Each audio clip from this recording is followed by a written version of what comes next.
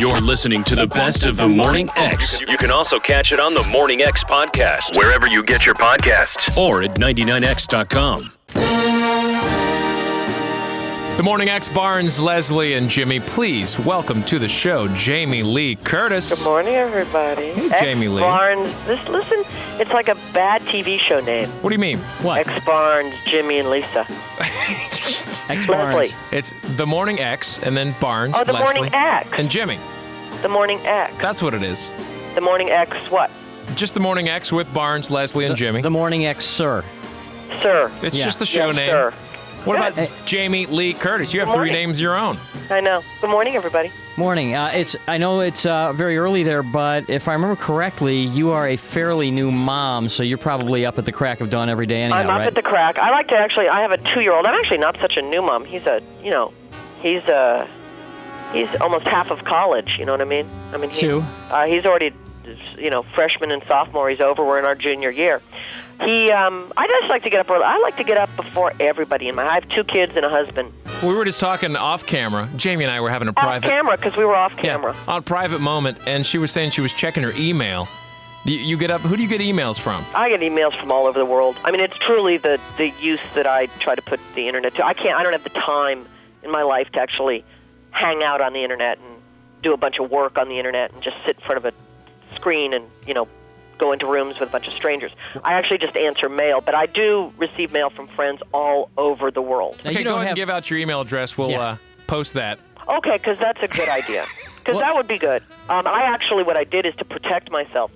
I actually picked, when I first put myself on the internet, I actually picked 5 very similar names and put them as my logged on screen names. So you have 5 different ones floating out there. Well, I had to, so that if, God forbid, there's that celebrity, outing thing where it's like, all right, today our new celebrity internet name is blank, Have you ever had a director email you a job offer? No, but I've had a director email me after the work each day. You know what I mean? I've had somebody back at their hotel room email me that he liked something I did, and it was. I think it's a wonderful tool to keep in touch with people that you don't have the time to keep in touch with. Other than that, I just truly think it's way too much time spent sitting in front of a computer terminal. Although, it's funny because, and this ties in, the internet is now in legitimate competition with movie-going. When movie makers and studios talk about people attending theater or not attending the movie theaters, that's one of the things that's keeping them out in some cases now. Yeah, well, what they do is that, obviously they used to have these test screenings where 400 people would go into the movie, they watch the movie, they give their opinion, and that testing becomes a bit of a determiner of how the movie's going to do, et cetera, et cetera.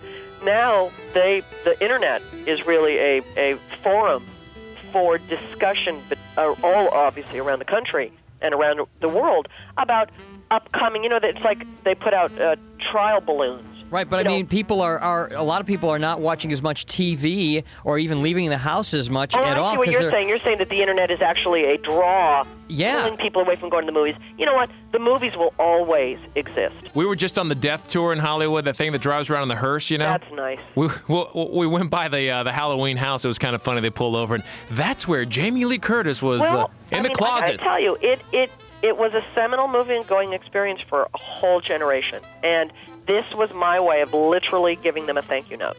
Now, the question is, you were in Halloween 1 and Halloween 2, and then they made 4 more after that. You know what? The other movies have no reference here. Okay, well, but the question that I think the average moviegoer is going to ask at least, what made you get back on the Halloween wagon? You know what? 20 years of Laurie Strode, this character, dealing with the fact that Michael Myers is still out there. That the idea that somebody who was stalked or attacked when they were 17 years old in such a horrific manner as this woman was when she was a child, it never leaves you. So that the idea that this woman carries this kind of fear with her for 20 years, that even though she's done everything you're supposed to do, she's still the walking wounded. She's an empty person because she's, got this guy still on her. And I'm telling you, it's so fabulous to see this woman destroyed by this. She's an alcoholic. She's a drug addict. She is at the end of her rope. And was a wonderful opportunity. I think it's unprecedented in the movie business. Is your mom in this one? Yes, she is. I thought I saw the listing. What does she play in it? She plays my secretary, but there's a scene where, the original Scream Queen, Janet Leigh from Psycho, and the, next generation Scream Queen, me, who happen to be mother and daughter in real life, meet on screen. And it is truly, for the horror movie fan, a great moment in movie history. I heard they're redoing Psycho. I They think are. Vince Vaughn, Anne Heche. What does your mom think about that? You know what?